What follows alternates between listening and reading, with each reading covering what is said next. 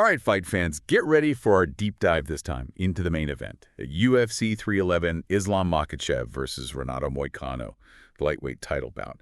This one's got a lot of people talking, and you sent in some great stuff about this one. So beyond just, trying to pick a winner, what can we learn about this fight? Well, I think we can decode what makes this fight so compelling, especially if you're thinking about putting down some money. We'll take a look at those betting odds, break down each fighter, and look at their recent performances, and I think that'll give you a much deeper understanding of this matchup. Yeah, perfect. So let's start with those betting odds, because right away I noticed something pretty striking. Makhachev is coming in at connective 1,400 favorite, Moicano at plus 750. That's a huge gap. What's going on there? Well, that's Vegas giving you a pretty clear signal. They see Makhachev as a real force in the lightweight division. Basically, what those odds mean is that you'd have to bet $1,400 on Makhachev to win $100. But on the other hand, you could bet $100 on Moicano and win $750 if he pulls off the upset. So for anyone who's new to betting, Yeah. that means Vegas thinks Makhachev's a sure thing. Not a sure thing, but they're saying he's overwhelmingly likely to win. Yeah, native 1,400 odds implies a really high probability of victory. That's mostly due to Makhachev's grappling style and his recent dominance against some top contenders. Right, makes sense. But man, those odds on Moicano, tempting, right? Small bet could win you a lot of money. Absolutely. That's what's exciting about betting on the underdog, right? High risk, high reward. The trick is looking past the odds and really asking, can Moicano win this thing? How? Okay, so let's put the odds aside for a minute. Yeah. What about the fighters themselves? On paper, how do they stack up? Well, physically, they're pretty evenly matched, nearly identical height, but there is one interesting detail. Moicano's actually got a 2-inch reach advantage. Could be really important. Yeah, 2 inches maybe doesn't sound like much, but in a striking battle, that could give him the space to keep Makhachev away, right? Make it harder to get those takedowns. Exactly. Moicano could use that reach advantage to jab keep Makhachev at bay, wear him down with leg kicks, make those takedowns much tougher. So let's get into their styles a bit. We know Makhachev is known for his grappling. What makes him so dominant? Well, his background in Sambo is a big factor. Sambo emphasizes takedowns, ground control submissions. Makhachev does all of that really well. Actually, he's got an 82% takedown success rate, highest in the lightweight division. Once he gets you on the ground, it's tough to get away. 82%. Wow. Sounds like if this fight goes to the ground, Moicano's in trouble. It won't be easy, that's for sure. But remember, Moicano is a BJJ black belt himself.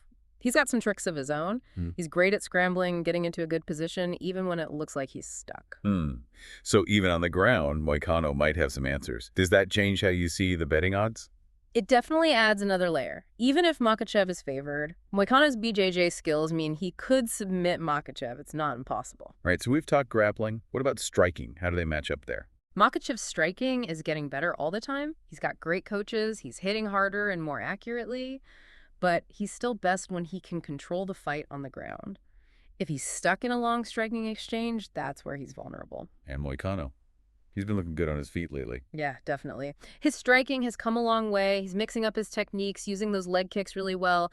The question is, can he keep that up under pressure against a grappler like Makhachev? That's the question, isn't it? So let's look at their recent performances. What have you noticed? Well, both guys are on win streaks. Makhachev's win over Volkanovski was huge.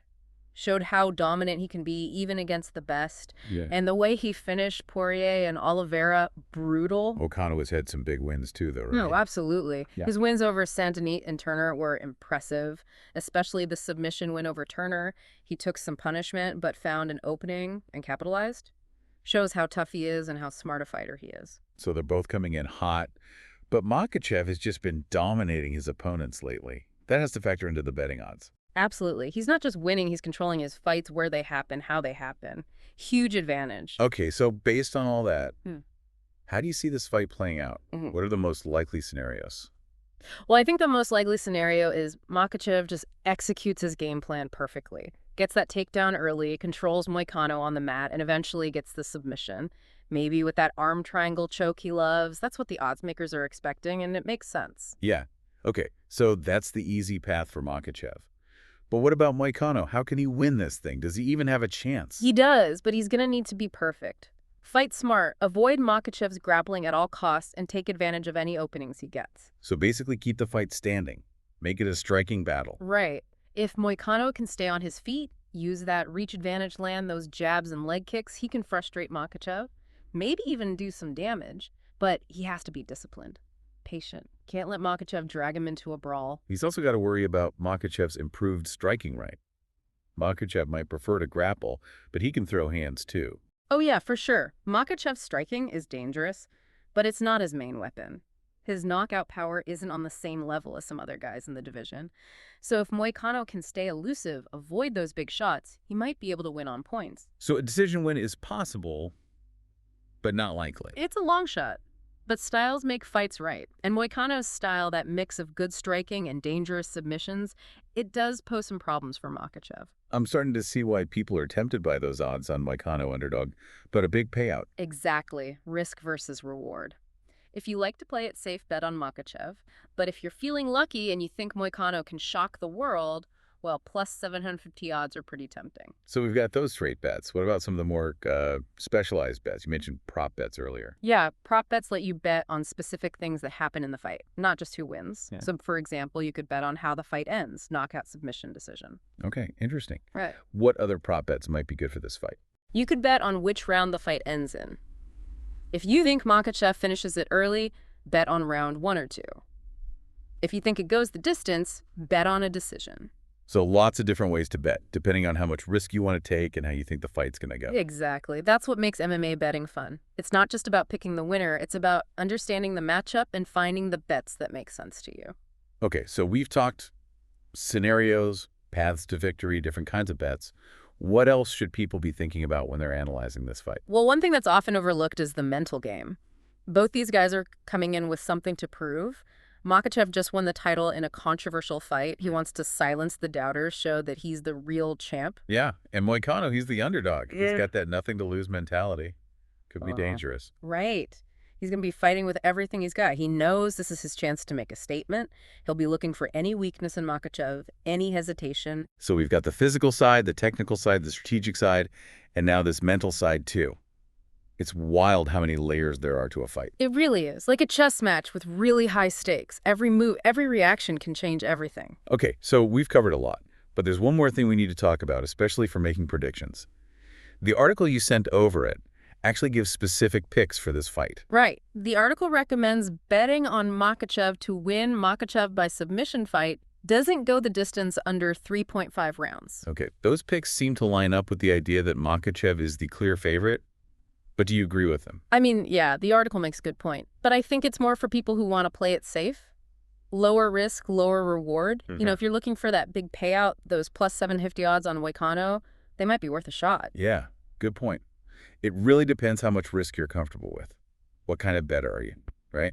Some people like those safer bets. Others want to go big or go home. Right. And that's why you got to do your homework.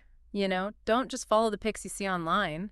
Look at the data, think about the fighters and their styles, and then make your own decision. Okay, so let's say someone's thinking about betting on Moicano.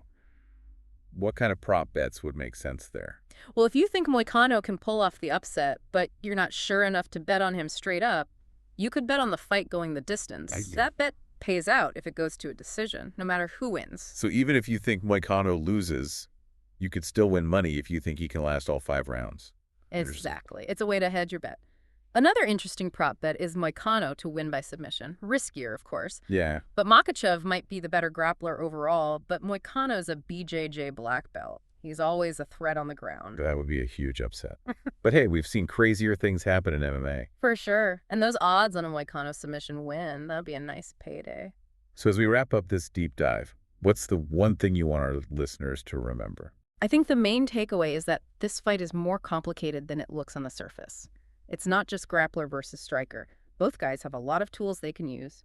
Both have ways to win. And whether you're a serious bettor or just a fan, understanding those details can make the fight even more exciting to watch. Absolutely. When you look a little deeper, you start to see those little battles, those strategic choices, the potential for an upset. It's fascinating. Okay, so we've talked about the odds, the styles, the different scenarios, even prop bets. But before we go, let's give our listeners something to think about, a question we haven't really touched on. All right, how about this? How will the altitude affect this fight? They both train at sea level, but fighting at altitude can really change things, especially stamina in the later rounds. That's a great point. We've seen fighters gas out at altitude. It's a wild card that could make a big difference. Exactly. It just goes to show that in MMA, the smallest detail can change the whole fight. All right, fight fans, that's all the time we have for our deep dive on Makhachev versus Moicano.